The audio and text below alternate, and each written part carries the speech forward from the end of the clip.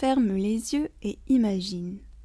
Tu te promènes en forêt, les rayons du soleil filtrent à travers les arbres, l'air est frais et les oiseaux chantent. Rien d'étonnant jusque-là. Sauf que, juste devant toi, un chat marche fièrement en laisse, la queue haute, explorant les moindres recoins comme un véritable aventurier. Un chat en balade, en harnais, en train de grimper sur un tronc d'arbre comme s'il était dans la jungle ? Eh bien oui, et c'est une scène de plus en plus courante. Longtemps considérés comme des animaux d'intérieur, nos amis félins révèlent pourtant un esprit d'explorateur insoupçonné. Mais alors, comment les initier aux balades en toute sécurité et est-ce vraiment fait pour tous les chats ? Aujourd'hui, on part à la rencontre d'une maman de vrai chat aventurier qui va nous raconter son expérience et nous donner ses meilleurs conseils pour transformer son chat en explorateur urbain ou sauvage. Bienvenue dans ce nouvel épisode. Prépare ta laisse et ton harnais, on t'emmène en balade.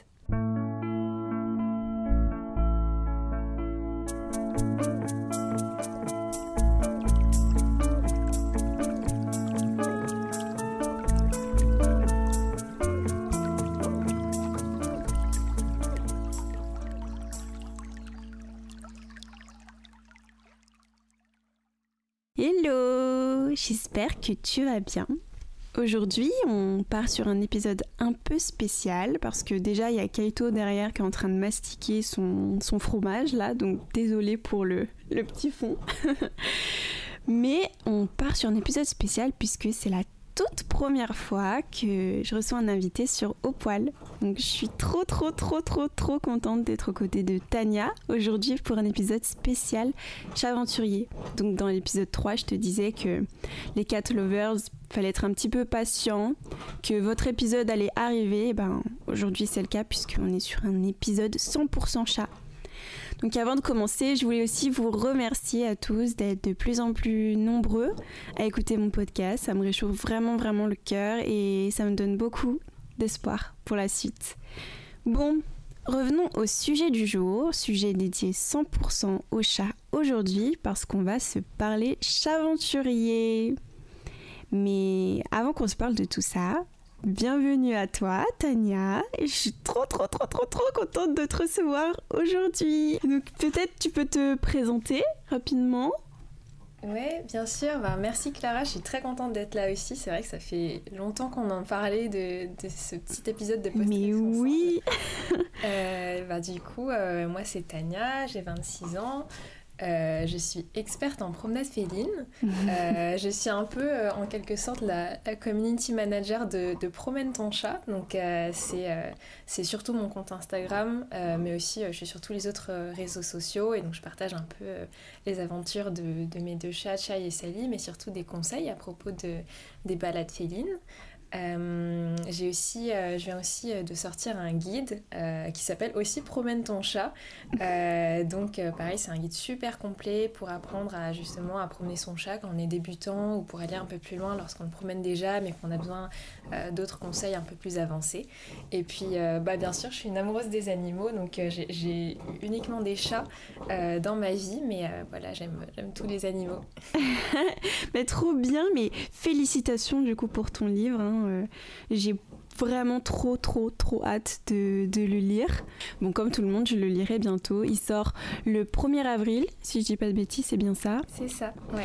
Donc au moment où sortira cet épisode, il sera déjà sorti, donc c'est sûr que je l'aurai lu et que je l'aurai mis dans ma reco lecture du vendredi.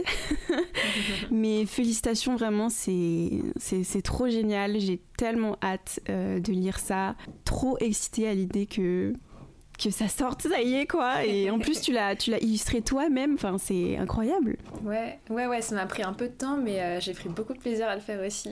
Ouais, ça t'a pris 7 mois, c'est ça ? Ouais, 7 mois, donc j'aime bien penser que c'est un peu un bébé, un peu prématuré, mais c'est mon bébé quoi.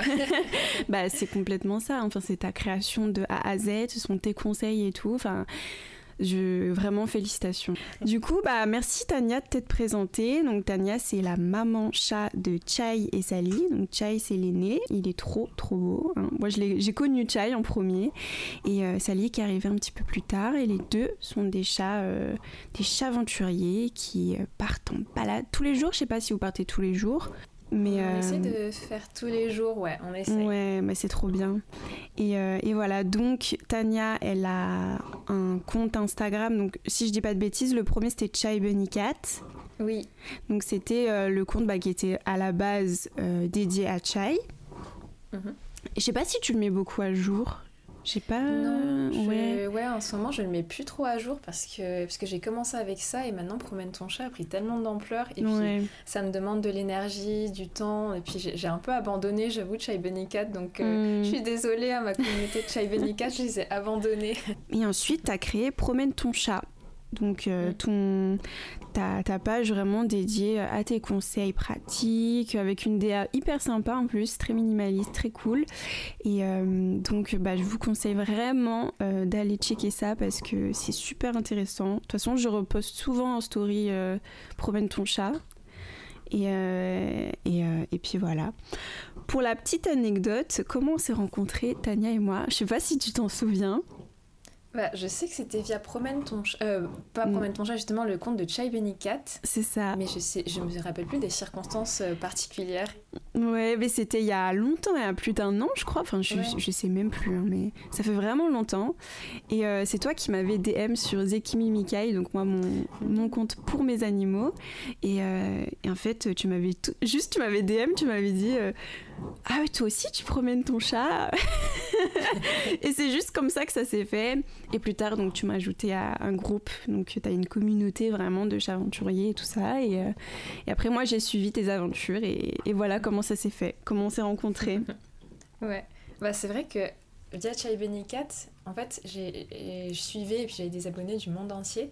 Ouais. Et j'avais trop envie de découvrir des gens qui promènent leur chat, mais plus en France, quoi. Bah ouais. Donc, c'est vrai que ça fait toujours ultra plaisir de rencontrer des gens qui font la même chose que moi. Et ouais, c'est rassurant. Et puis j'adore voir qu'il y a d'autres personnes qui font ça et que ça devient de plus en plus courant, quoi. Carrément, non mais franchement, c'est super. Mais tu sais que moi aussi, là dehors, en extérieur, j'ai vu qu'une fois, mais j'ai vu une personne promener son chat et je me sentais trop fière, quoi. Je me suis dit ça, toi tu connais Promène ton chat, c'est sûr. J'espère qu'ils connaissent Promène ton chat. Bon, du coup, je pense qu'on va pouvoir commencer, entrer dans le vif du sujet, un peu tout ce qui va tourner autour de la découverte de cette pratique. Moi, je voulais savoir, parce que justement, tu as créé tes réseaux sociaux, tu nous avais un peu démarché, nous les autres chaventuriers, avec Chai Bunny Cat. Mais ma question, moi, c'était... Comment ça t'est venu à l'idée en fait d'emmener tes chats en promenade? Est-ce que c'était une envie vraiment spontanée ou t'as été influencée par les réseaux sociaux et t'as voulu essayer? Comment ça s'est passé de ton côté? Je dirais que j'ai quand même été influencée par les réseaux sociaux. En fait, ça fait très longtemps que je suis sur Instagram et que je suis accro à ce réseau social.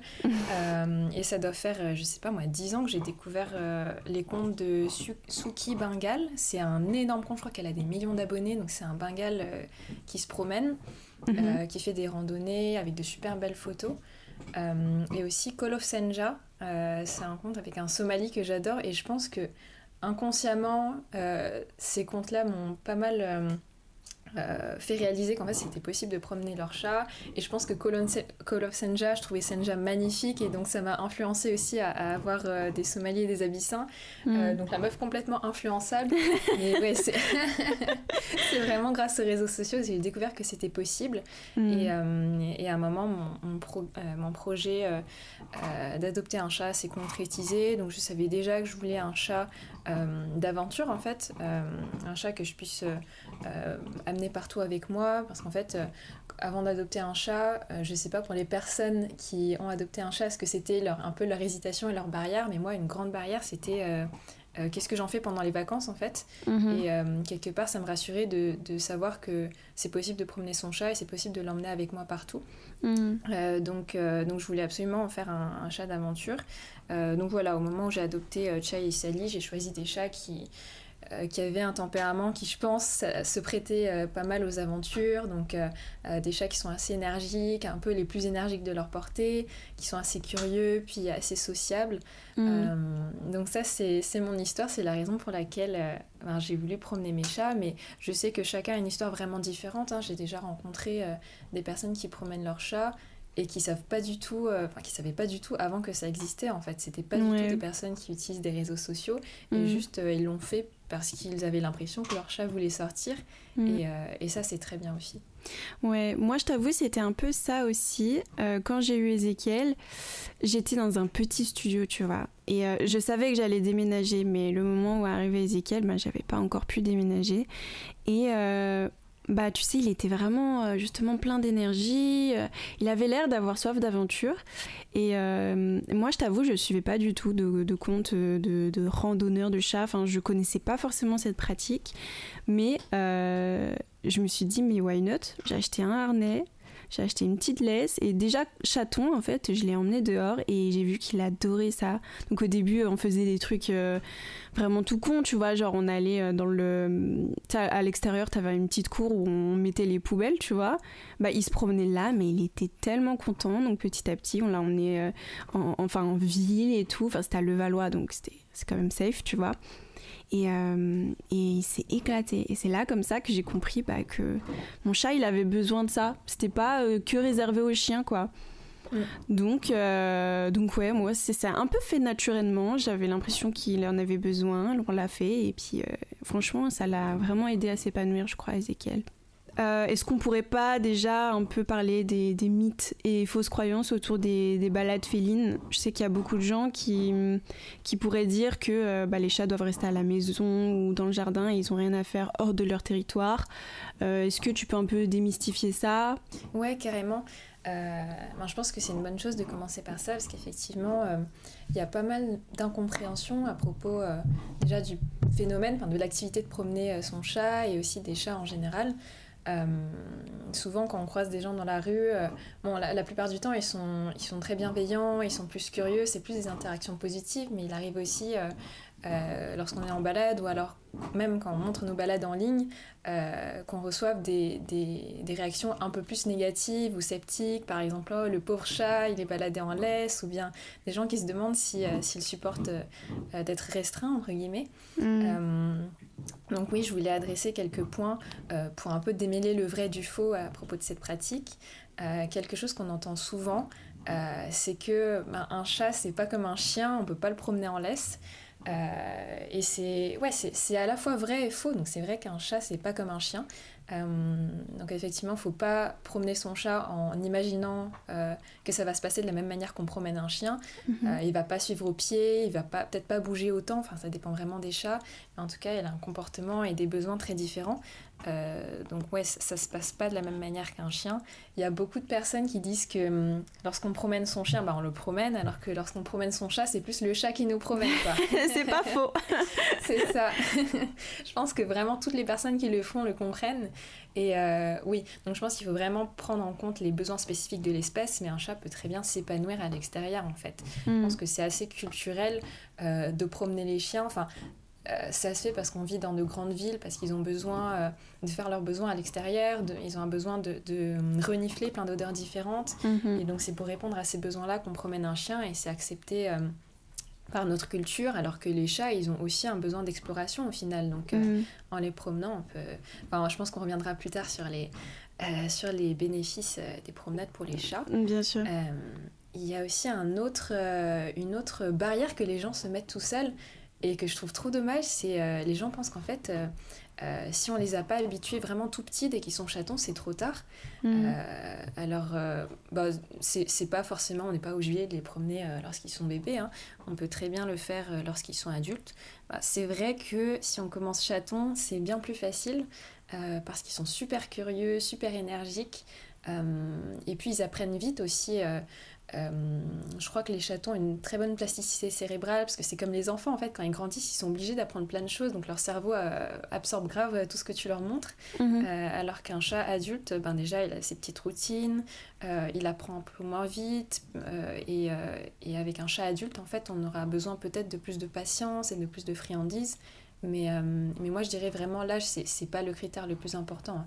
Le plus important c'est vraiment la personnalité du chat en fait. S'il a envie de sortir, comme du coup tes chats, comme Ezekiel, si on remarque qu'il est actif, qu'il a envie de découvrir l'extérieur, ça c'est déjà un super critère pour le promener. et je dirais qu'un dernier mythe, c'est que le chat est assez attaché à son territoire et qu'il serait bien mieux en restant chez lui en fait. Ouais. Et en fait ça c'est... Moi aussi j'ai grandi avec cette idée qu'un chat est territorial et récemment la science a prouvé le contraire en fait. Avant les scientifiques catégorisaient le chat comme un animal territorial alors qu'aujourd'hui c'est plus le cas, le chat est un peu sorti de cette catégorie parce qu'en fait, sans rentrer dans trop de détails, mais un animal territorial c'est un animal qui a vraiment son espèce de parcelle en fait et il va marquer le territoire, il va exclure tous les autres animaux les autres animaux de la même espèce de son truc en fait, il va vraiment la défendre alors qu'un chat, oui, il a une espèce de parcelle qui lui appartient dans sa tête une parcelle qui est une parcelle définie où il va conduire ses activités de la vie de tous les jours comme manger, explorer, faire ses besoins, se reproduire, etc. Mais elle n'est pas exclusive, il y a plein d'autres chats qui peuvent évoluer sur un peu le même environnement et puis il n'essaye pas forcément de les dégager en fait de cette zone et donc c'est pour ça qu'un chat c'est pas réellement territorial en fait. Et d'ailleurs, l'espace dans lequel le chat évolue, s'il était laissé un peu dans la nature comme ça peut aller jusqu'à 1,7 km² je crois. Donc en fait, lorsqu'on garde un chat dans un appartement, quelque part c'est peut-être, je dirais, même moins naturel que de le promener puisqu'il ne peut pas forcément assouvir ce besoin d'exploration au final. Donc oui, je pense qu'il y a pas mal de chats qui ne sont pas forcément mieux chez eux. On peut garder un chat à la maison si on enrichit son environnement et on lui donne des activités d'exploration à travers des puzzles, des choses comme ça. Oui. Mais le balader, c'est pas contre nature en fait, puisque ça lui permet vraiment d'assouvir ce besoin d'observer, de chasser, d'explorer au final. Oui, mais je suis complètement d'accord avec toi et je pense qu'on peut aussi rajouter le fait que si ton chat n'en a pas envie par contre de sortir et qu'il n'est pas à l'aise avec ça, faut pas non plus le forcer.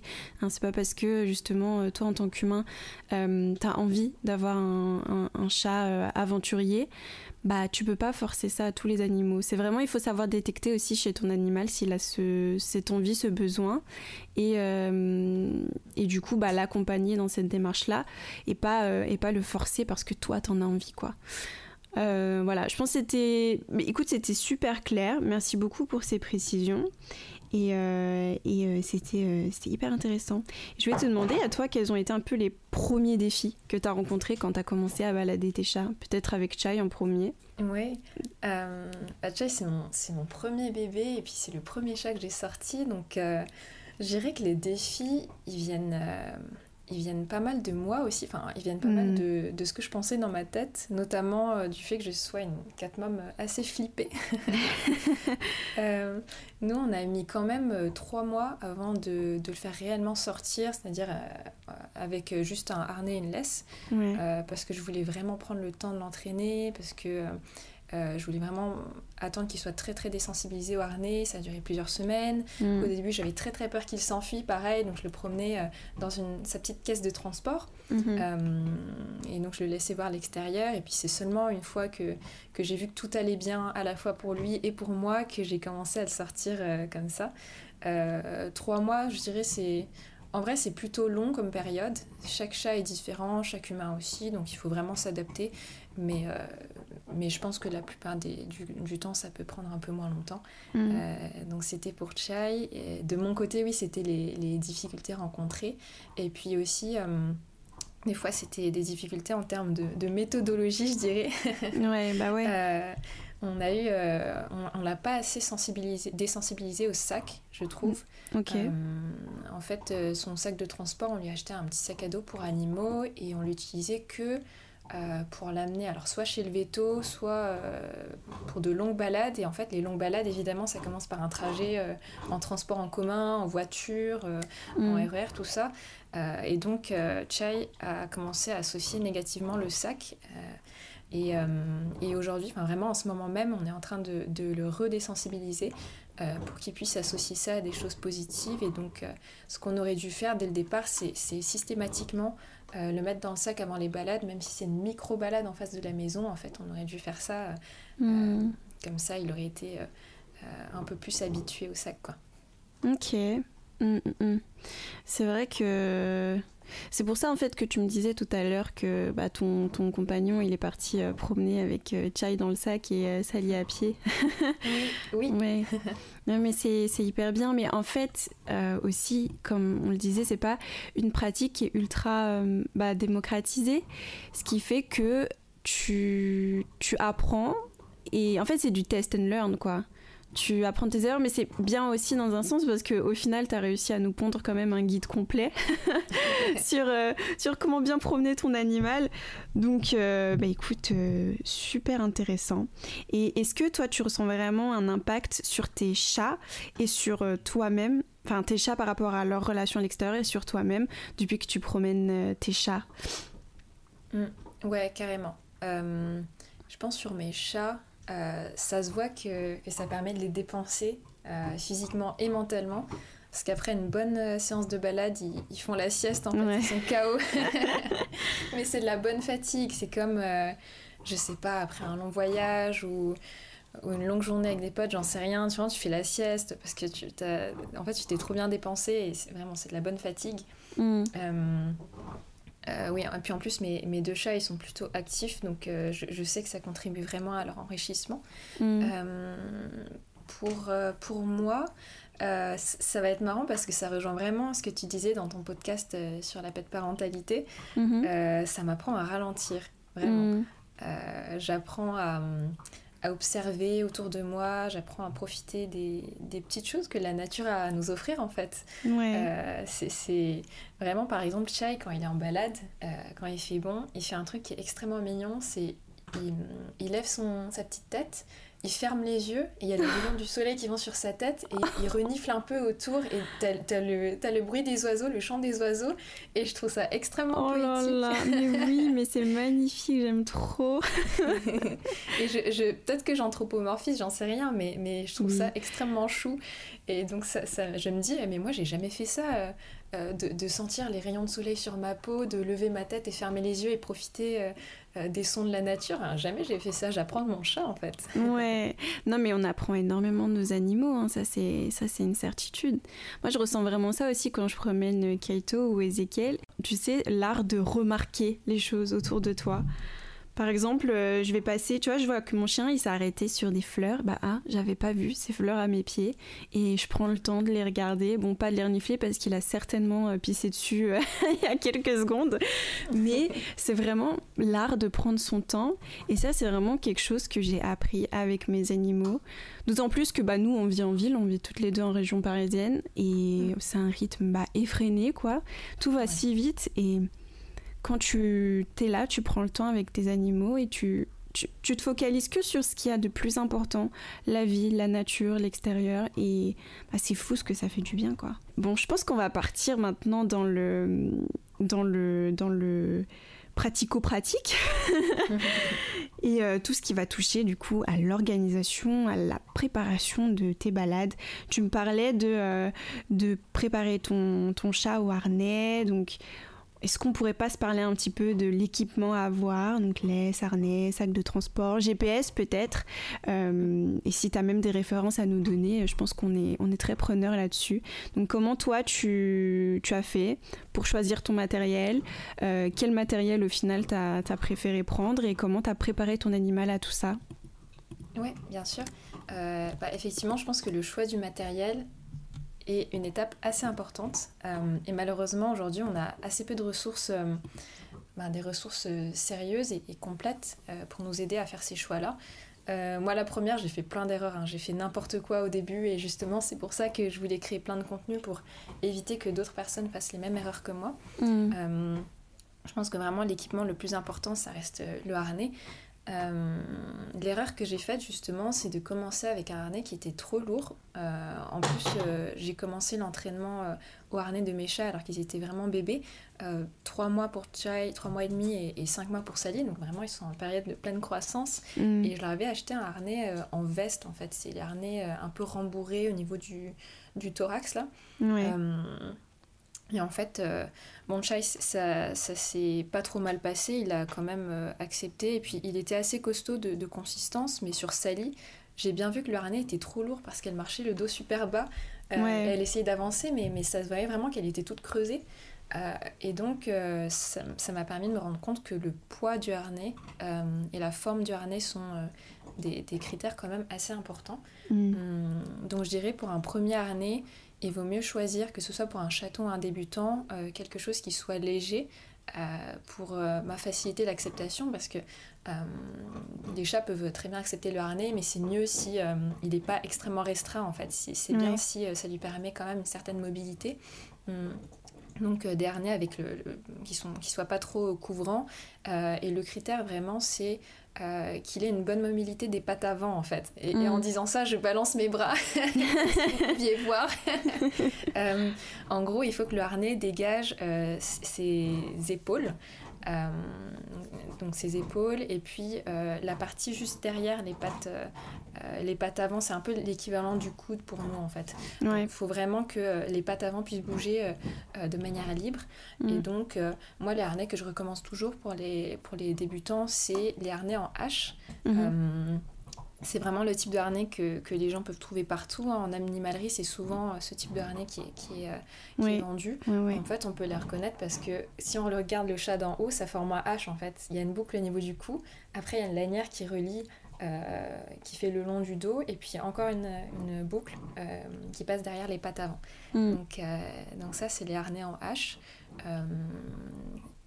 Et le mieux, c'est de trouver un harnais en H qui puisse bien répartir la pression, parce qu'il y en a qui ont une seule lanière qui passe par-dessus, mais c'est bien s'il y a une deuxième lanière qui passe en dessous, entre les deux pattes avant, comme ça répartit très bien la pression si le chat tire sur la laisse, et puis ça évite de le blesser. T'as raison. Mais nous, on avait fait cette erreur-là aussi. On avait pris un harnais, comme tu dis, qui était trop lourd. Et Ezekiel, il était vraiment pas à l'aise. Tu sais, il se plaquait au sol et tout. Et je voyais bien que niveau de l'arrière, enfin, le haut là, des pattes avant, il était restreint, quoi. Et du coup, on n'a plus jamais réutilisé. Effectivement, on a opté plutôt pour des harnais en H assez fins. Mais comme tu dis, en fait, ceux qu'on a, nous, ils sont pas... ça répartit pas très bien la pression. Donc, je pense que je vais racheter un harnais, du coup. Merci. Avec plaisir. Donc ça, c'était pour le harnais. Ensuite, il y a d'autres choses. Je dirais la deuxième chose la plus importante à acheter, c'est le refuge. Refuge, c'est un mot assez vaste pour désigner tout objet dans lequel tu peux mettre ton chat pour qu'il puisse se sentir protégé, pour que tu puisses le transporter. Donc la plupart du temps, c'est un sac à dos pour animaux. C'est un peu le truc que je recommande le plus. Ça peut être aussi une cage de transport. Nous, c'est comme ça qu'on avait commencé avant d'acheter un sac à dos. Ça peut être même une poussette. Il y a des gens qui achètent des poussettes pour animaux. Ça, c'est extrêmement mignon. Je crois que c'est surtout le cas quand ils ont plusieurs chats. Ça permet de les déplacer sans se briser le dos, et puis voilà. Donc moi, je vais me concentrer surtout sur les sacs à dos. Donc le refuge, c'est assez indispensable, parce que ça permet au chat de s'en sentir protégé. Ça lui permet d'avoir un élément qui est un peu familier au final, dans un environnement qui lui est inconnu, qui lui fait peut-être un peu peur. Pour les sacs à dos, il n'y a pas de gros enjeux en fait. On peut vraiment choisir le sac à dos qui nous plaît, mais il y a quand même quelques critères importants à respecter. Donc déjà, le fait qu'il soit bien aéré. Les sacs à dos souples sont généralement tous bien aérés. Il faut juste éviter tout ce qui est sac à bulles, les sacs astronautes là avec une petite bulle. Ça, c'est pas ouf parce que déjà la plupart du temps c'est mal aéré, et puis aussi parce que le chat est super exposé à tout ce qui est à l'extérieur. Ils se sont pas cachés en final. En plus, j'avais vu ton contenu à ce sujet-là, et effectivement, c'est pas terrible. Et même au niveau... comme tu dis, c'est pas très bien aéré. Et quand il fait chaud et que t'es dans un sac à bulles, mais quel enfer pour ton chat, quoi. Et puis un dernier, alors bien aéré, le fait que le chat puisse se sentir caché. Et puis le troisième critère, c'est les fermetures sécurisées. C'est bien d'avoir une double sécurité parce que déjà il y a le zip, enfin la fermeture éclair classique, et ensuite c'est bien s'il y a un clip supplémentaire, un truc que tu peux clipper pour vraiment doubler la sécurité de la fermeture, parce que les chats sont super agiles et super intelligents, et si le sac a juste une fermeture éclair, le chat c'est sûr il va passer une petite griffe à travers les deux, il va ouvrir le sac, et j'ai des abonnés à qui c'est déjà arrivé, il y en a une, elle était sur une autoroute, elle avait les 2 chats dans le sac, et les chats ont réussi à sortir du sac et ils étaient en roue libre dans la voiture, quoi, sur l'autoroute, donc ça fait extrêmement peur. C'est hyper dangereux. Ouais, non, c'est clair. C'est clair. Mais il y a des sacs qui proposent cette double sécurité. Bon, après, tu peux aussi la rajouter toi-même, mais il y a des sacs... Enfin, nous, je sais que celui qu'on a pour Ezekiel, il y a la double sécurité sur toutes les fermetures. Donc, opter pour ces sacs-là, c'est plus safe. Clairement. Ouais, la plupart des sacs pour animaux, qui sont vraiment faits pour animaux, il y a une double sécurité. Ils savent très bien ce qui peut arriver. Ok. En termes de laisse, qu'est-ce que tu conseilles ? En général, dans les animaleries, tout ça, tu as des petites laisses là en tissu, en corde, c'est tressé, et c'est tout petit là, ça doit faire, je sais pas, 1 mètre ou 50 cm, j'en sais rien. Ouais, effectivement, les laisses par défaut, celles qui sont fournies avec les harnais, elles font 1,5 m, 1,2 m, enfin un tout petit peu plus d'1 mètre. Ouais. Et en fait, ça fait le taf. Il n'y a pas énormément d'enjeux avec les laisses, ça fait vraiment le taf, même si c'est 1,5 m et c'est bien pour commencer. Mais au fur et à mesure des balades, on se rend souvent compte que 1,5 m, ça fait un peu court parce qu'il faut être vraiment tout le temps derrière le chat. Ouais. Et on peut passer, lorsqu'on est prêt, à une laisse un petit peu plus longue. Donc, je dirais 3 mètres, c'est bien pour les balades en ville, parce que ça permet d'avoir quand même un certain contrôle sur le chat, tout en lui permettant de se balader un minimum et puis de pas être vraiment collé à son cul. Et puis sinon, pour les grandes randonnées, c'est complètement possible de prendre une laisse très longue ou une longe un peu plus longue, 5 mètres, 8 mètres, etc. Une question que j'ai aussi souvent, c'est ce que je pense des laisses rétractables. Ça peut être complètement adapté pour un chat, surtout qui fait des bonds en avant ou qui fait des mouvements un peu brusques. Il faut vraiment connaître son chat. Par exemple, chez nous, Chai, il est super calme, il est très doux, il reste assis souvent pendant les balades, ou il marche mais très lentement et doucement, il est adorable. Alors que Sally, c'est vraiment une boule d'énergie, vraiment. Des fois, elle est sur place et puis elle fait un bond extrêmement violent. Donc, pour te dire que si j'ai une laisse normale, ça fait mal, ça lui fait mal à elle et ça me fait mal au cœur. Oui, bien sûr. C'est à coup. Donc pour elle, j'ai choisi plutôt une laisse rétractable.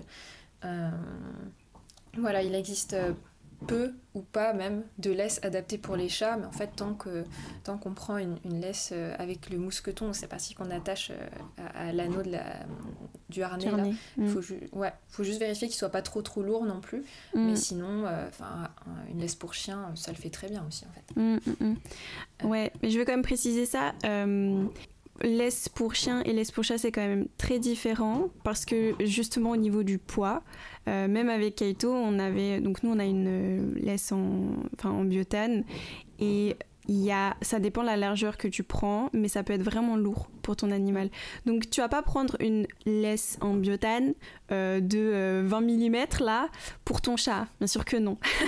Vraiment prends quelque chose de fin, de très léger, parce que déjà ton chat il n'aime pas être restreint, il a pas envie de se porter une laisse là sur son dos, pas du tout agréable, à moins que tu sois derrière à tout le temps soulever la laisse, mais bon, au bout d'un moment ça laisse plus aucune liberté. Donc voilà, faut quand même faire attention au choix de ta laisse. Ouais, et d'ailleurs je voulais en profiter pour juste ajouter une info à propos des laisses, parce que pourquoi on utilise une laisse en fait sur les chats, le truc c'est qu'il faut, comment dire, je pense que la plupart des gens ne font pas ça, mais j'ai déjà vu très rarement des personnes qui utilisent de manière assez maladroite la laisse, par exemple qui tirent vachement, ou qui l'utilisent vraiment pour tirer le chat vers une direction ou une autre. C'est pas comme ça qu'on utilise la laisse. Ça sert vraiment, c'est vraiment une sécurité supplémentaire en fait. Si le chat va se fourrer dans un buisson où il y a plein de guêpes, ou il va faire un truc qui est dangereux, oui, on peut tirer doucement sur la laisse pour l'amener autre part, dans des situations un peu urgentes comme ça. Après, en général, c'est toujours mieux de la tirer avec une friandise, de lui apprendre le rappel, de le porter doucement s'il accepte ça. Donc un chat, ça reste un animal qui est vraiment tout petit, ça peut faire 3, 4, jusqu'à 8 kilos, mais en fait ça reste vraiment petit, et il faut se dire que si on tire sur la laisse de manière manière un peu trop forte, ça peut lui faire mal au final. Donc vraiment, s'il faut le rediriger un tout petit coup, très doucement, pas brusque sur la laisse, vraiment en général ça suffit. Ouais, mais c'est vraiment important, je pense, ce point-là, parce que quand tu promènes ton chat, comme tu l'as dit au début, promener son chat, promener son chien, ça n'a rien à voir. C'est pas la même méthodologie, c'est pas la même chose. Tu peux pas t'attendre à faire une promenade de chien avec ton chat. Oui, Kaito, on t'a entendu. Et effectivement, hein, la laisse, c'est vraiment juste une sécurité au cas où ton chat s'enfuit, au cas où effectivement il va se coincer je sais pas où et il peut se mettre en danger. Mais c'est juste une histoire de le garder à proximité de toi. Et c'est pas un moyen où justement tu vas être là et se le diriger. En fait, pendant la promenade du chat, comme tu l'as dit, c'est lui qui te promène en général, c'est toi qui le suis. Il fait un peu ce qu'il veut, il découvre, mais essaye de pas... Enfin, faut pas imposer non plus la balade à son animal, dans le sens où tu vas essayer de l'emmener ici, de l'emmener là-bas et tout ça, non. Vraiment, c'est pas comme avec ton chien où c'est toi qui décides, il te suit, ton chien est content, il renifle partout, il pisse partout, voilà. Non, là, c'est quand même très différent. Et toi, quels sont les meilleurs endroits pour emmener ton chat? Où est-ce que toi, tu les emmènes? Nous, on fait... En fait, on parle de chat d'aventure, mais c'est vrai que le mot aventure, il peut être un peu grandiose. La plupart du temps, nos balades, elles sont juste autour du pâté de maison, en fait, en face de notre immeuble.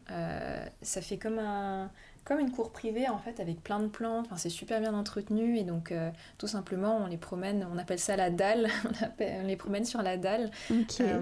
Ou alors, dans des parcs, des espaces verts près de chez nous, on a la chance d'avoir pas mal d'espaces verts.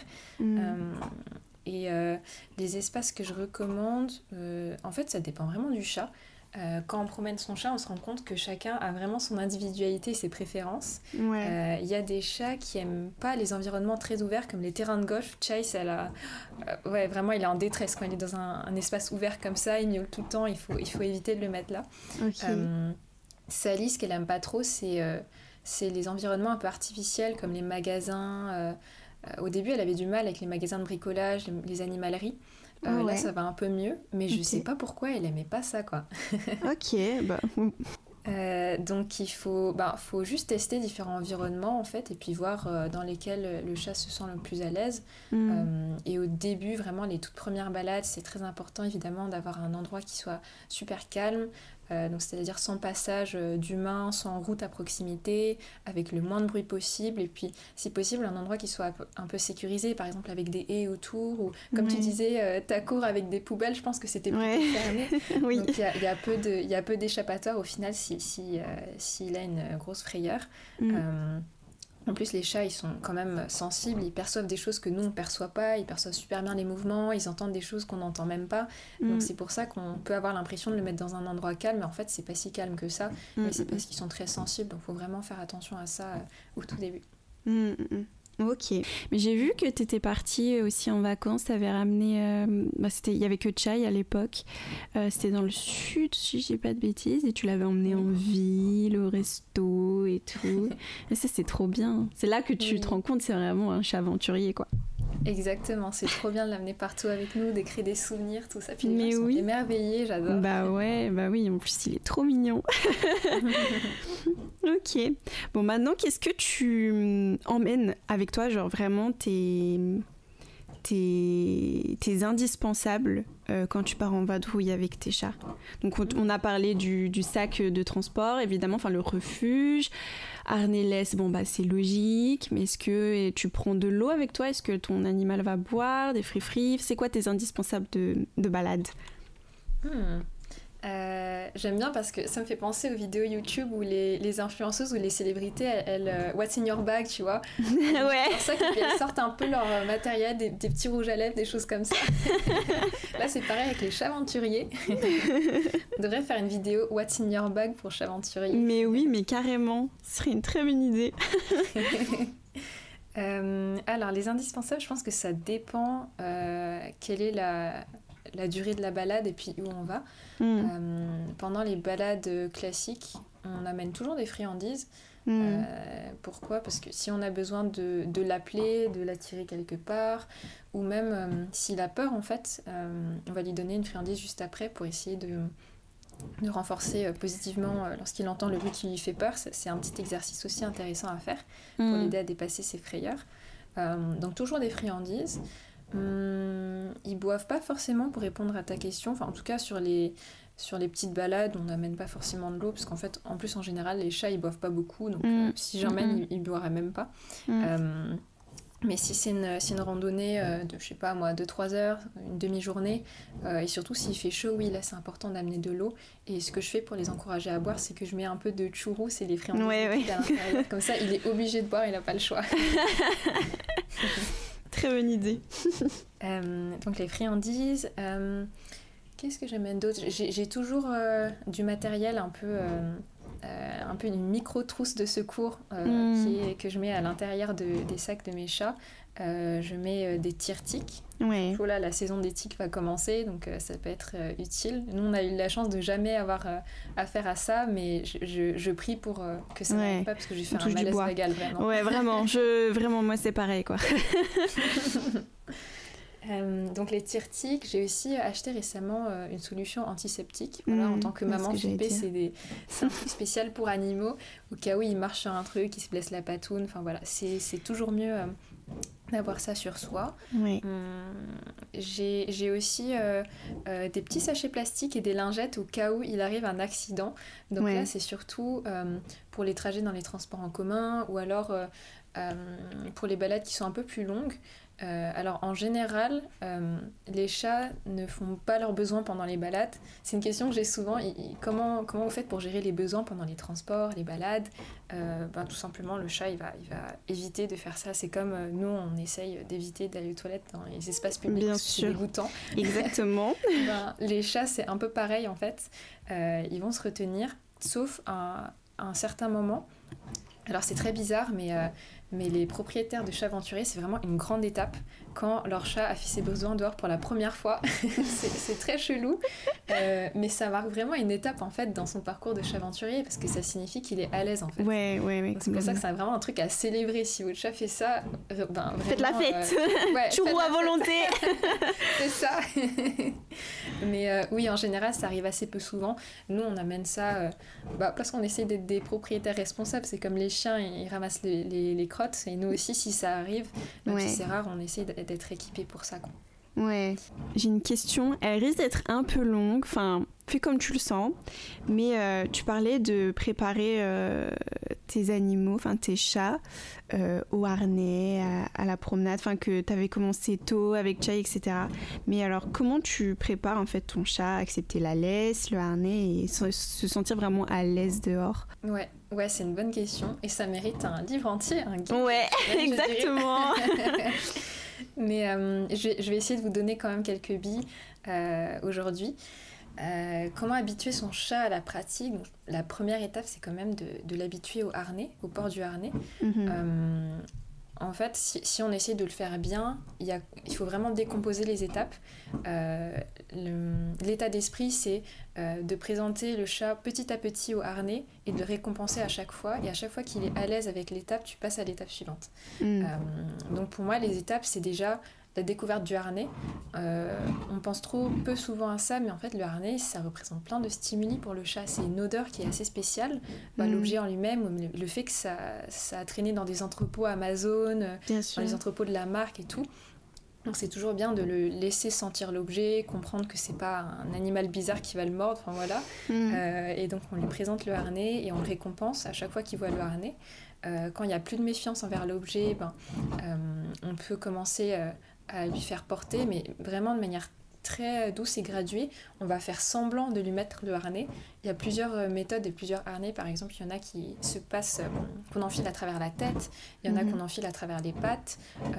Donc, par exemple, si c'est un harnais qu'on enfile à travers la tête, on ne va pas tout mettre la première fois. On va faire semblant de lui mettre. On va juste mettre le harnais ouvert en face de sa tête et le récompenser. Et ensuite, on va aller de plus en plus loin jusqu'au jour où il est assez à l'aise pour qu'on puisse mettre complètement le harnais à travers sa tête. Donc voilà, il faut vraiment y aller de manière graduelle et le récompenser beaucoup. Et à la fin, donc, lorsqu'il est à l'aise avec tout ça, on peut laisser le harnais sur lui. Ça peut être pendant 1 minute au tout début, et puis on peut le laisser jusqu'à 15-30 minutes. Lorsqu'on enfile le harnais la première fois au chat, c'est absolument normal qu'il tombe ou qu'il refuse de marcher. Il fait un peu sa poupée de chiffon parce que tout simplement c'est pas agréable pour lui, c'est nouveau comme sensation, et des fois ils comprennent pas qu'ils peuvent bouger avec le harnais sur eux. Là, l'objectif de l'humain, c'est vraiment de lui montrer que ça va, que tout est ok, que c'est une bonne expérience. Donc en le récompensant beaucoup, on peut l'encourager à bouger avec son jouet préféré ou avec des friandises. On peut aussi l'associer à quelque chose de très positif en lui mettant le harnais à chaque fois à l'heure du repas. Comme ça, il mange en même temps et il oublie un peu le harnais. Voilà, après, il faut être créatif, il faut s'adapter à son chat aussi. C'est important. Et quelque chose que je rajouterais, c'est la fréquence et la durée de l'entraînement. C'est bien de le faire le plus souvent possible, donc au moins tous les jours, si on peut. Mais je sais qu'on a quand même beaucoup d'obligations en tant qu'humain, on travaille, on a nos projets, on sort, etc. Donc le minimum, je dirais, c'est 3 fois par semaine pour qu'il n'oublie pas. Okay. Et puis la durée des séances, les chats, ils se lassent assez rapidement. Donc 10 minutes, c'est déjà très bien. 10 minutes maximum, je dirais. Après, encore une fois, s'adapter au chat. Si au bout de 2 minutes, il en a marre, on arrête et on recommence à un autre moment de la journée ou voir le lendemain. Y a vraiment aucune obligation. En termes de durée d'entraînement, en termes d'entraînement au total, ça peut durer, je dirais, entre quelques jours pour un chat qui est très sympa comme Sally. Ça lui a pris quelques jours pour passer toutes ces étapes. Ou sinon, pour d'autres chats, ça peut prendre un peu plus de temps parce qu'ils ont du mal à accepter le harnais, ils aiment moins être restreints. Il faut vraiment l'encourager, beaucoup de friandises, beaucoup de renforcement positif.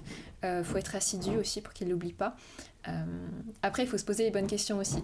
Moi, j'ai entendu parler d'une personne qui a entraîné son chat au harnais pendant 7 mois. Et même après 7 mois, le chat n'était pas habitué. Il se roulait par terre et tout. Et je me dis, à un moment, il faut apprendre à arrêter ou à changer de méthode. Parce que c'est beaucoup de bon sens au final. Je ne peux pas donner de chiffre exact au bout de combien de temps il faut arrêter ou changer de méthode. Mais vraiment, vous connaissez votre chat. C'est beaucoup de bon sens. Ok, mais tu sais quoi, au final, ta réponse, elle était plutôt complète, mais ça n'empêche pas qu'il faut aller lire ton guide, parce que tout est mieux détaillé dedans. En plus, t'as des super images et tout, enfin, t'as montré quelques petits spoils, je suis trop contente. Oui, et puis en plus, dans le guide, je vais vraiment détailler ces étapes, et la valeur ajoutée, c'est que je dis à quel moment est-ce que vous pouvez passer à l'étape suivante. Et aussi, je fais un peu du troubleshoot, je sais, c'est quoi en français la résolution de problèmes, de bugs et tout.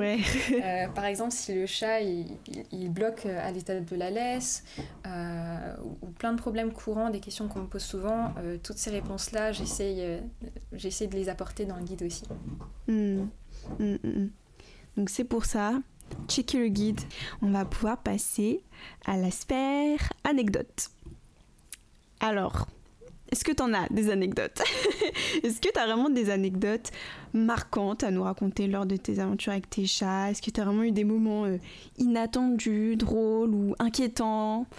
Raconte-nous un petit peu tes petites anecdotes. J'en ai pas mal. J'ai pas de trucs inquiétants qui font peur, mais j'ai plus des trucs marrants ou un peu gênants. Je pense surtout à Sally. Alors Sally en balade, c'est une boule d'énergie et elle est très extravertie. Et moi, je suis pas extravertie. Du coup, Sally, c'est vraiment une folle. Elle va vers les gens. En fait, c'est un chat, mais elle vient vers les gens pour leur demander des caresses, pour leur demander des friandises. Et moi, je suis grave gênée, en fait. Elle est en balade, elle est sur son chemin et elle commence à dévier. Elle vient vers les gens sur le banc. Et genre, moi, je suis en mode, mais non, mais j'ai pas envie d'interagir, tu vois, c'est pas la journée.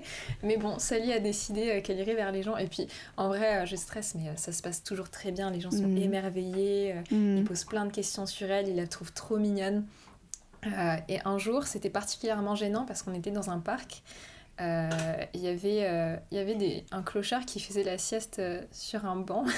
Il est venu, elle s'est approchée vraiment de manière insistante, elle a commencé à le renifler et je lui disais doucement, non Sally, on part. J'essayais de tirer très très doucement sur la laisse. Je l'ai appelé et tout parce que je me disais, bon, c'est un peu bizarre, le monsieur il va se réveiller, il va voir un chat qui est en train de le renifler en laisse, en plus il va faire une crise cardiaque. Puis avec toi derrière en mode, Sally s'il te plaît. s'il te plaît. C'est ça, exactement. Oh non. Ou des fois, la dernière fois, on est allé à Bricorama et il y avait plein d'employés agglutinés. Ils étaient en train je sais pas, faire du rangement, quelque chose comme ça. Ça faisait du bruit, il y avait de l'animation et ça l'intriguait. Donc, elle est venue en face d'eux, elle s'est assise et elle les a fixés. Et moi, j'étais derrière, j'étais en mode, bon, qu'est-ce que je fais? Elle était devant la télé, quoi. Exactement. Mais les chats, ils ont pas conscience des codes sociaux. Tu peux pas fixer les gens comme ça. Ouais, non, mais c'est clair. Moi, si je peux rajouter une anecdote à moi, une anecdote pas drôle, hein. Vraiment une anecdote où on a eu peur, c'est on promenait Ézéchiel et on était dans une rue qui est vraiment calme, hein, d'habitude. Et en fait, on s'est dit, bon, bah, on va filmer Ézéchiel en balade parce qu'il était hyper sage. Il rentrait jusqu'à la maison à pied, puis nous, on s'était éloignés, on était allés au parc à pied et tout, et on revenait à pied. Et en fait, du coup, Nicolas, mon fiancé, il le filme, et tu sais, il recule en même temps. Et il n'avait pas capté qu'il y avait des marches derrière lui. Oh mon Dieu, mais quelle horreur. Et il s'est littéralement ramassé. Et du coup, bah, ça fait un énorme bruit parce qu'il avait un sac à dos. Bah, il avait le sac de transport d'Ézéchiel, donc son refuge, comme tu dis. Et il s'est ramassé dessus et tout, donc ça fait un gros bruit. Ézéchiel, il a eu super peur. Il a réussi à s'enlever de son harnais et il s'est barré. Et oh mon Dieu, le flip. Oh, j'étais mais tellement mal. Et en fait, il a juste continué la petite ruelle où on était. Il s'est mis en hauteur sur une espèce de barrière là, et puis il a attendu que je vienne le chercher. Et ensuite, il est revenu dans mes bras et tout. Et ah, mais je te jure qu'après ça, je dis plus jamais on le filme. Parce que non, mais c'était ça, vraiment, on a eu très très peur ce jour-là. Vraiment, c'était terrible. Et dernière petite anecdote, après, promis, je me tais. C'est le chat de ma mère qui s'appelle Salem. Il vit en campagne et lui, c'est vraiment un chat aventurier, mais indépendant. C'est-à-dire que c'est pas du tout encadré, ces balades. Mais on a un chien de famille, donc Gétro. Et quand on va promener Gétro, Salem, il vient systématiquement s'incruster pendant la balade. Et il vient tout le long de la balade. Il n'a pas de harnais, il n'a pas de laisse, mais il est là, il nous suit, il marche à côté de nous, il court, il nous montre comment il grimpe aux arbres, c'est trop trop marrant. Et même des fois, donc t'as Gétro qui va s'arrêter pour poser sa crotte, bah du coup t'as Salem qui se pose à côté et qui pose sa crotte aussi, et ensuite qui va l'enterrer. Non mais c'est génial, vraiment Salem, mais oui c'est fou. Il a pris cette habitude en plus avec nous quand on était allé le voir, mon chéri et moi, et en fait il nous avait suivis et on peut même l'emmener jusque dans les bois, mais bon je l'emmène pas là-bas parce que ça me fait un peu peur.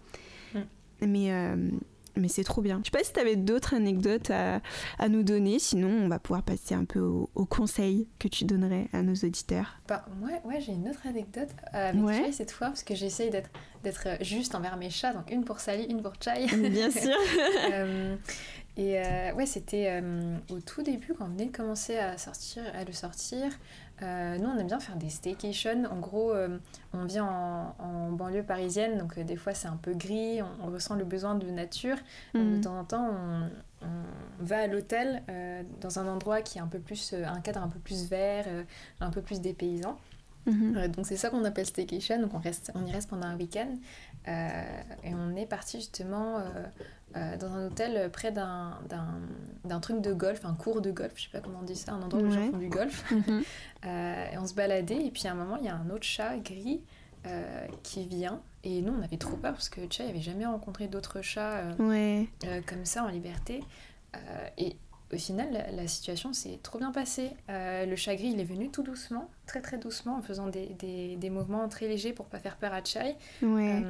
Ils se sont assis tous les deux, ils se sont regardés, ils clignaient des yeux, et à un moment ils se sont rendus compte qu'il n'y avait pas de souci, donc ils se sont allongés. Chai s'est mis sur 4 dates qui était allongé aussi pour prendre des photos de l'autre chat. Donc t'as une situation trop mignonne où le chat gris inconnu il était en face et en face de lui t'avais papa chat qui était allongé par terre et Chai qui était sur papa chat et ils se sont observés comme ça pendant vraiment je pense 15-20 minutes quoi. C'est fou. C'est extrêmement chou. Mais oui, c'est trop chou. On a pris plein de photos de l'autre chat. Moi, j'ai pris des vidéos de la rencontre. Et puis, une fois qu'on est parti, on a décidé de rentrer à l'hôtel. Le chat, il nous a suivis. On s'est dit, on va avoir un deuxième chat. Oh non, c'est trop chou. Mais c'est incroyable que ça se soit bien passé entre les deux. Ouais. Parce que généralement, chat dehors, ça s'entend pas ultra bien. Oui, ouais, on a eu de la chance. Mais c'est vrai qu'on essaie de faire attention et tout. Bon, là, on a eu de la chance parce que le chat, il connaissait trop bien les codes sociaux. Et puis, Chai était assez OK avec ce chat. Mais c'est vrai qu'il y a un feeling qui passe ou qui passe pas. C'est un peu comme avec les humains, je pense. Ouais. Et par la suite, on a pu croiser d'autres chats. Et des fois, ça se passait moins bien. Donc, ouais, maintenant, on essaie vraiment d'être vigilant. Mais on laisse aussi un peu le chat faire. Si ça se passe extrêmement bien, il n'y a pas de raison, quoi. Non mais carrément. Et écoute, super anecdote, c'était trop chou. Est-ce que tu aurais des conseils à donner pour nos auditeurs qui voudraient également commencer à promener leur chat avec eux? Ouais, bien sûr. Bon, j'ai plein de conseils, mais je pense que les plus importants, ce serait d'être patiente et de prendre vraiment son temps. Parce que le fait d'aller trop vite, je dirais c'est l'erreur qui arrive le plus souvent. Donc vraiment prendre le temps d'entraîner son chat, y aller étape par étape en le récompensant beaucoup et vraiment le truc c'est qu'il faut prendre son temps aujourd'hui pour éviter de galérer demain. Et moi-même je suis tombée dans ce piège en voulant aller trop vite. Par exemple avec Sally je vois qu'elle apprend super vite, du coup je bâcle un peu le truc, mais non c'est toujours mieux vraiment de prendre le temps aujourd'hui, comme ça par la suite on évite d'avoir à supplier son chat de se mettre dans le harnais, dans le sac. Voilà, c'est toujours mieux d'investir pendant la phase d'entraînement. Donc ne pas y aller trop vite. C'est super important aussi d'être à l'écoute de son chat, bien sûr. Je pense que la communauté des propriétaires de chats aventuriers est super bienveillante. C'est des gens qui veulent le bien de leur chat. C'est pour ça qu'on fait l'effort de les entraîner, de leur faire des balades tous les jours. Et donc j'ai aucun doute que la communauté est déjà super à l'écoute du chat. Mais je pense que c'est quand même important de le dire. Par exemple, de pas forcer le chat à sortir s'il veut pas, de respecter son choix, et puis aussi d'apprendre un minimum les signaux. Ça peut être soit les signaux de peur, comme les oreilles abaissées, quand il a les pupilles dilatées, là, les yeux tout noirs, avoir le corps au ras du sol. Et en fait, en connaissant ces signaux, on peut mieux l'aider et mieux réagir aux situations, en lui donnant une friandise, en l'éloignant de la source de peur, etc. Après, il y a des signaux de peur, il y a aussi des signaux positifs, comme moi j'adore quand il se roule par terre, quand il a la queue un peu frétillante, là c'est extrêmement mignon, ou quand il se frotte partout en balade, là ça veut dire qu'il adore ça, qu'il kiffe ça. Et puis je dirais que les chats, c'est des êtres qui sont assez subtils et discrets. Enfin, ils ont cette réputation-là, mais quand on apprend à les observer, on se rend compte qu'ils communiquent extrêmement bien. Ils nous partagent plein de messages. Donc c'est vraiment beau de comprendre un peu mieux son chat grâce aux balades. Tu nous parlais un peu de toute la dimension communautaire, qu'il y a de plus en plus de gens qui font ça. Je sais que toi-même, tu as regroupé du coup des personnes qui partagent cette pratique. À l'époque, tu avais créé un groupe. Maintenant, Promène ton chat est devenu une communauté de chats aventuriers qui est quand même très importante. Je crois que tu as plus de 5000 abonnés. Donc, c'est assez énorme. Et en fait, on se rend vraiment compte du rôle des réseaux sociaux dans cette pratique-là qui s'est démocratisée grâce aux réseaux sociaux. Toi-même, tu as un petit peu pris place dans cet univers-là à travers ton compte Instagram. Donc, c'est fou. Et je voulais quand même insister sur ce point de communauté parce que c'est une communauté qui est très bienveillante, enfin moi je trouve. Ouais, bien sûr, je suis absolument d'accord avec toi, c'est une communauté qui est incroyable. Je pense parmi toutes les communautés qui existent sur les réseaux sociaux, celle des animaux, vraiment tu te sens super bien, les gens sont super bienveillants et juste ça rapproche les gens. En fait, je parle à plein de personnes dans cette communauté, et même si on s'est jamais rencontrés, des fois je connais même pas leur visage. Toi, Clara, je connais ton visage, mais il y en a, je sais même pas à quoi ils ressemblent. Bien sûr. Il y a grave une connexion parce qu'on a un seul point commun, mais c'est un point commun qui est assez important dans notre vie, c'est notre amour pour les animaux. Donc ouais, j'adore cette communauté. Et puis c'est cool d'avoir les réseaux sociaux comme un peu plateforme d'expression, parce qu'avant les gens promenaient leur chat, et je sais, et j'ai des abonnés qui le font depuis les années 90, quoi. Moi j'étais pas née. Et je pense qu'ils n'avaient pas forcément de personnes avec qui partager ça. Alors qu'aujourd'hui, on peut très très facilement rassembler des personnes qui ont les mêmes pratiques. J'ai remarqué aussi que dans cette communauté, surtout de chats aventuriers, enfin de propriétaires de chats aventuriers, c'est beaucoup de jeunes femmes, en couple ou pas, et puis qui vraiment on considère nos animaux comme nos bébés, quoi. Bien sûr. Pet parentalité. Exactement. Mais ouais, puis au-delà de ça, ça aussi, enfin ça va aider d'autres gens qui aimeraient se lancer mais qui savent pas du tout comment faire en fait. Et ça, je trouve ça trop bien. Bon, nous on s'est rencontrés parce que toutes les deux on le faisait déjà, mais je suis sûre que ton compte il a aidé beaucoup de personnes à se lancer dans cette aventure parce que ils ont vu peut-être que leur chat avait tendance à vouloir explorer le monde, etc., et que ils savaient pas comment faire. Et donc cette communauté, justement, par sa bienveillance, a su aider et accompagner les personnes qui voudraient pratiquer la promenade féline. Donc je trouve ça hyper cool. Est-ce que tu as eu des freins, toi, pour te lancer? Est-ce que tu as eu peur du jugement, du regard des autres? Parce que ça reste quand même une pratique qui parfois, enfin, elle est quand même critiquée, quoi. Surtout par les vieux, quoi. Oui, clairement.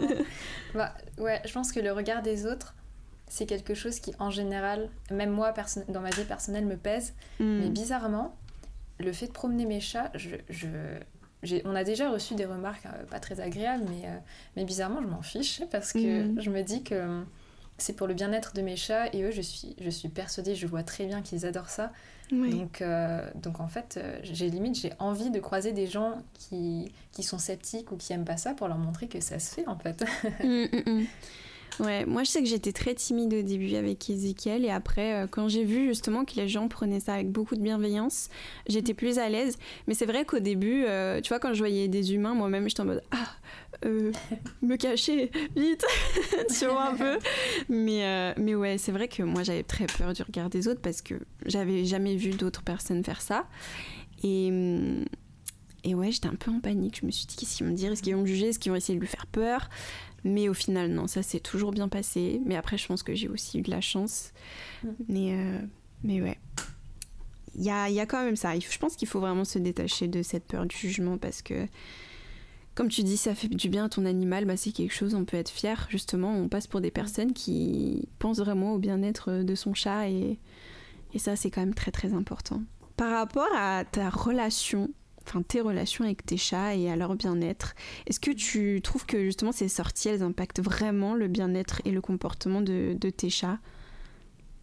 Ouais, en fait, ce serait dur de faire un truc scientifique pour dire oui, s'il n'y avait pas les sorties, ils seraient moins heureux. C'est dur à dire, mais en fait, en termes de ressenti et d'expérience avec le chat, oui, je sens que ça leur fait du bien. Et la simple raison pour laquelle je le pense, c'est qu'ils réclament les balades.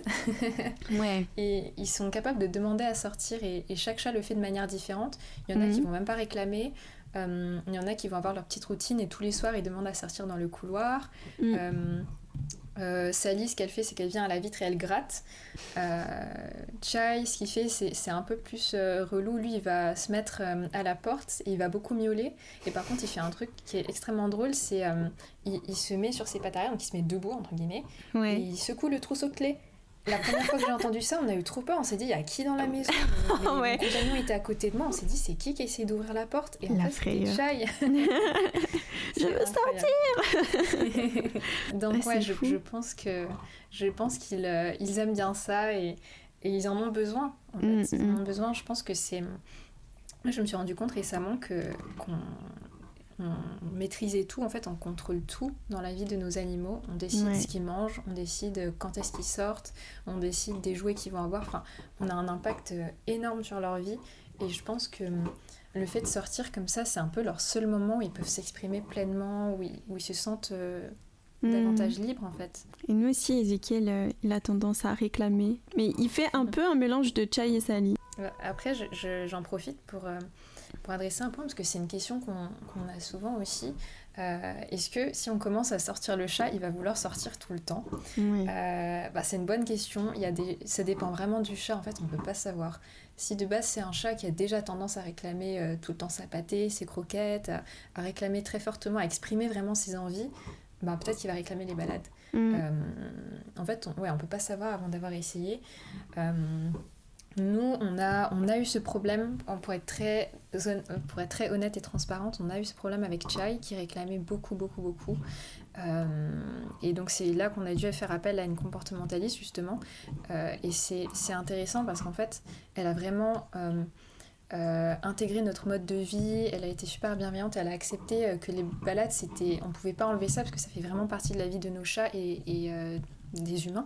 En fait, souvent, quand le chat réclame de manière excessive et un peu problématique à sortir, c'est qu'il y a d'autres problèmes un peu plus profonds. C'est peut-être qu'on n'a pas assez enrichi son environnement. Oui. Y a plein de choses qui peuvent entrer en jeu.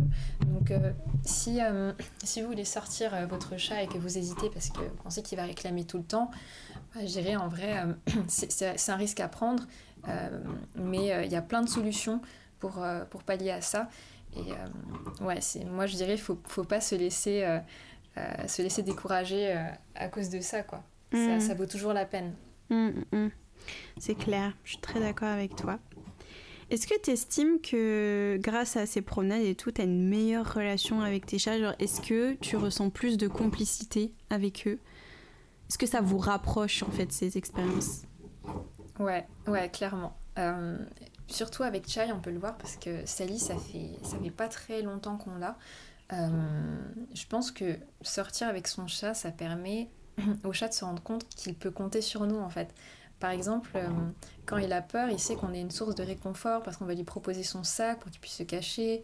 On prend Chai dans nos bras, c'est pas un truc à faire pour tous les chats. Nous, on sait qu'il va pas réagir de manière négative et qu'il aime qu'on le prenne dans les bras, donc c'est une réponse qui est adaptée à lui. Mais en tout cas, on a appris à déceler ses besoins et à y répondre autant qu'on peut. Et donc je pense que ça a permis à Chai de nous faire de plus en plus confiance. Par exemple, un autre truc mignon qu'il fait, c'est quand il se sent un peu fatigué ou qu'il est un peu surstimulé, il est assis, en fait, il va nous regarder avec sa petite tête, il met son petit museau dans notre direction et puis il va presque se mettre debout sur ses pattes arrière, en fait. Et quand je me baisse, il se met vraiment contre moi et là je le porte et il se laisse porter comme une petite poupée de chiffon. Non. Et vraiment, il a l'air content d'être porté et c'est sa manière super subtile de dire maman, je veux que tu me portes, quoi, j'en ai marre d'être par terre tout seul. Non, c'est trop chou. Non, mais adorable. Mais oui, moi je pense que vraiment ce genre d'expérience, en fait, plus tu fais des choses avec ton animal et tu l'inclus dans ton quotidien, vraiment ton quotidien réel, forcément tu renforces ton lien avec lui, quoi. Ouais. Écoute, on a fait un sacré tour, ça fait un moment qu'on enregistre. Mais je voulais quand même te demander si, la fameuse question, mais si tu avais une maison avec jardin, est-ce que tu continuerais à partir en aventure avec tes chats? C'est une très bonne question. Je pense peut-être qu'on aurait moins besoin de sortir. Parce que dans l'idéal, si j'avais un jardin, j'aurais fait plein de jeux, genre des jeux de fouilles, des trucs comme ça. J'aurais jeté des croquettes dans le jardin pour qu'ils puissent fouiller, un tapis de fouille géant. Mais en fait, je pense que c'est comme les chiens. En fait, je m'y connais pas extrêmement bien en chien, mais je sais que pour les chiens, c'est pas parce que t'as un jardin que tu dois pas le promener. Exactement. Ça, c'est un truc sur lequel je râle dans l'épisode 3, que tu écouteras bientôt. Mais ouais, on parle justement des... Non, je te spoil pas le... Oh bah mince, du coup, à mon avis... Si le sujet, c'est juste, est-ce que avoir une maison avec jardin, ça empêche de promener son chien? Ou peut-être que tu vois plus loin, je sais pas, en vrai il y a encore une part de mystère. Non mais quand tu vas voir mes suggestions, tu vas trouver illico, c'est sûr, mais c'est pas grave. Quand t'as un jardin, ça veut pas dire que tu arrêtes de promener ton animal. En fait, le jardin, c'est cool, c'est un outil, parce que si t'as besoin de faire une sortie hygiène, c'est quand même très pratique. Comme tu dis, pour un chat et aussi pour un chien, avoir un jardin, c'est tellement d'opportunités d'enrichissement, de dressage, il y a plein de choses que tu peux faire qui sont super cool. En plus, pour les chats, il y a aussi la possibilité de sécuriser ton jardin, de faire des Casio, je sais pas si t'as déjà vu ça, c'est hyper cool, t'as plein de choses que tu peux faire, aménager des espaces en hauteur et tout ça, enfin c'est génial, mais moi je pense que c'est même avec un jardin, donc le jardin c'est comme le prolongement de ta maison. Tu vois, ça reste ta maison, juste bah, t'es dehors, t'as un peu plus d'espace, t'as des activités qui vont être un peu plus différentes. Mais par contre, bah, ce besoin d'explorer, alors oui, certes, t'auras besoin d'aller moins souvent en balade. Là, je sais que t'y vas tous les jours. Bon, bah, peut-être que t'irais moins si t'avais un jardin, c'est sûr. Mais je pense quand même que c'est quelque chose qui est important pour son animal. Ben, pour un chien, c'est non négociable. C'est pas parce que t'as un jardin que voilà, ton chien, il a vraiment besoin d'aller renifler des odeurs, parce que pour lui, c'est comme checker les réseaux sociaux, tu vois. Mais même pour un chat, je pense que c'est toujours intéressant pour lui de découvrir des nouvelles choses et pas être complètement enfermé sous prétexte que t'as un jardin, quoi. Ouais, clairement. Donc ouais, j'avais envie de te poser cette question-là parce que déjà pour les chiens, il y a débat là-dessus. Donc bon, hyper intéressant. Est-ce que tu... Ouais. Enfin, je me demande ce qui serait arrivé si j'avais répondu non. J'aurais arrêté les balades. Bah, je t'aurais dit bah, je suis pas hyper d'accord. On va arrêter le podcast ici. Voilà, je pense que j'ai plus envie de te... Non, mais en vrai, quand même, je pense que c'est important. Puis une fois que t'as habitué ton animal à partir en vadrouille avec lui, tu sais, comme tu dis, il y a une complicité qui s'est formée et il y a ce truc de, ok, on vit une nouvelle expérience ensemble, parce que toi, quand t'es pas dans ton jardin, t'es aussi en mode, ok, là, je suis à l'extérieur. C'est une énergie qui est différente, c'est une vibe qui est différente. Et je pense que ça, ton chat, il est capable de le percevoir. Et du coup, je voulais demander, est-ce que tu penses que cette pratique, elle va continuer à se développer dans les années à venir, malgré les gros haters et le jugement des gens, et les vieux? Je pense que ça va clairement se développer. Je sais pas si c'est un biais, parce que j'ai commencé à me lancer vraiment dans cette aventure il y a moins d'un an, et en fait, au fur et à mesure que je me lance, je me rends compte que la communauté, elle est grande, et je sais pas si elle grandit parce que je découvre de plus en plus de comptes, ou c'est vraiment un phénomène où en fait on partage ça sur les réseaux, du coup les gens ont envie de le faire, donc ça se fait de plus en plus. Bon, je pense que qu'en réalité, il y a de plus en plus de personnes qui le font, quand même. Oui, ouais. Et je pense que dans le futur, on va trouver de plus en plus de ressources à propos de ce sujet, des ressources sérieuses et bien recherchées. Je pense aussi que les professionnels de santé animale vont commencer à avoir des opinions dessus, des conseils. Quand je parle des professionnels de santé, c'est par exemple les vétos, les comportementalistes, tout ça. Et oui, je pense que même le marché va s'adapter à ça. Par exemple, les fabricants vont commencer à proposer de plus en plus de harnais qui sont adaptés aux chats, des sacs vraiment bien adaptés, des accessoires comme plus de laisse spécifiques pour les chats. Et puis moi, ce que j'espère vraiment, c'est que on trouve plus facilement des endroits qui sont ok chats, qui sont pet friendly, mais genre réellement pet friendly pour les chats. Parce que par exemple, aujourd'hui, quand on va dans un hôtel, des fois ils sont labellés pet friendly, mais en fait quand ils disent pet, c'est juste pour les chiens. Ils acceptent pas les chats. C'est super bizarre. Nous, ça nous est jamais arrivé, heureusement, mais je connais des personnes à qui c'est arrivé.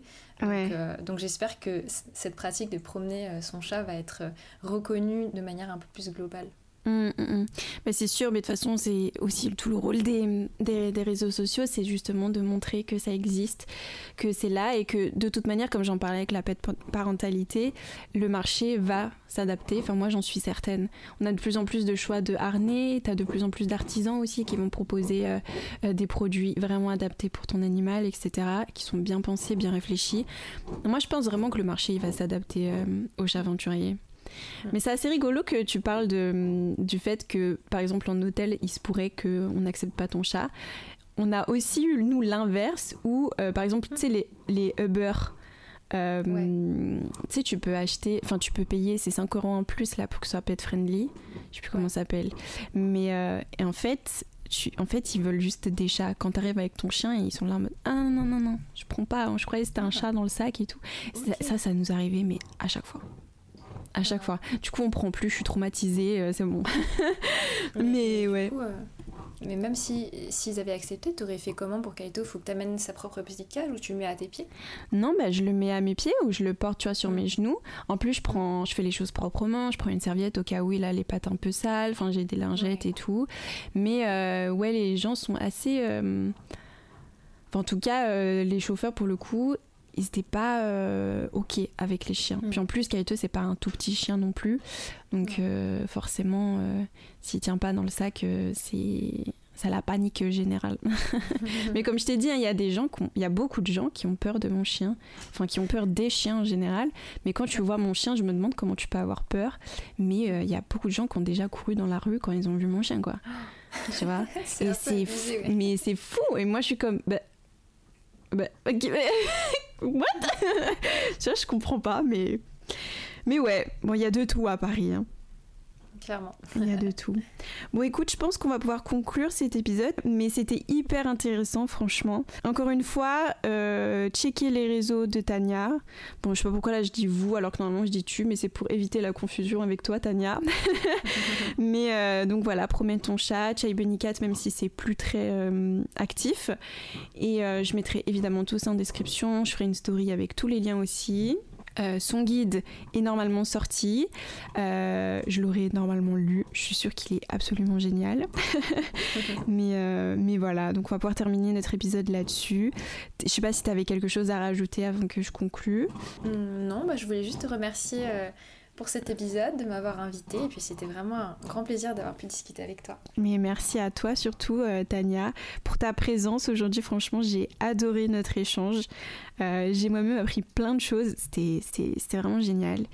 Et encore une fois, si tu connais pas Tania, son contenu, va faire un tour sur ses réseaux. Elle poste vraiment souvent. Et c'est toujours ultra intéressant. Je mets souvent en story, comme je l'avais dit tout à l'heure. Son contenu est vraiment qualitatif. Alors fonce, check le guide. Et je suis sûre que, je l'ai pas encore lu, mais je suis sûre qu'il est absolument génial et qu'il va mériter sa place en librairie, à la Fnac et tout. Enfin, ce serait incroyable. Et merci de nous avoir écoutés aujourd'hui. J'espère que ce nouveau format, il te plaît. Sous forme d'interview comme ça, en échange à plusieurs. Je sais que t'étais habituée à moi toute seule. C'était pas évident pour moi d'enregistrer toujours toute seule. Donc là, trop contente de cette première expérience. Et Tania, j'espère qu'on aura d'autres occasions d'enregistrer ensemble. Carrément, moi aussi. Voilà. Bisous à toi, à tes animaux et bye bye.